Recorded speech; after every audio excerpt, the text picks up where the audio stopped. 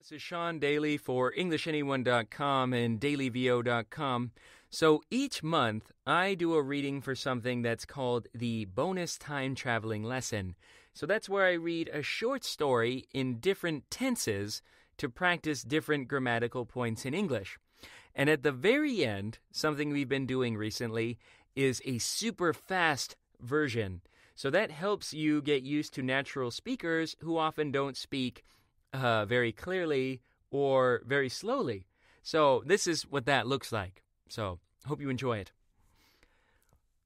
And finally, here's the original story told at extra fast speed.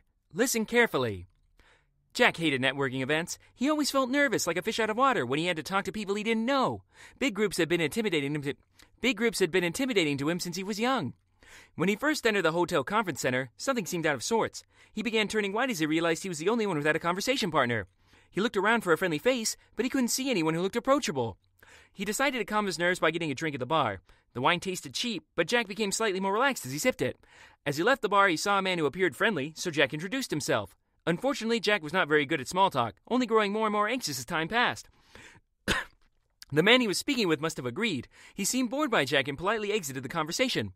"Please excuse me," the man said. "I have to look for my colleague. It was nice meeting you." Jack took another sip of bad wine, trying to remain calm as he listened to some of the conversations taking place around him. He wondered why he didn't sound lively and interesting like everyone else. As he walked around, he remembered something he'd learned years earlier about having better conversations. All he had to do was ask questions and be a good listener. He noticed a woman with an exotic-looking bracelet and decided to try his hand at speaking again. "Excuse me," he said to the woman. "I have to tell you that that's a fantastic bracelet you're wearing." He tried to sound confident, but his voice wavered a little bit. The woman smiled warmly and told him how she'd bought the bracelet on a month-long motorcycle trip across China. Jack had always wanted to travel to Asia, so it was easy for him to ask questions about her trip and listen with genuine interest. At the end of the conversation, when the two exchanged business cards, Jack realized that he'd been speaking with the executive vice president of a company his company had been trying to do business with for years. He smiled, having proved to himself that by overcoming his fear and anxiety, he could open the door for potentially great things to happen in his life. Keep practicing by telling your own versions of the story using different speeds, times, and voices. Don't worry about making mistakes. Just have fun and do your best to express the right meanings. Have a great day, and we'll see you again next time. Thanks again for watching, guys. Have a great day.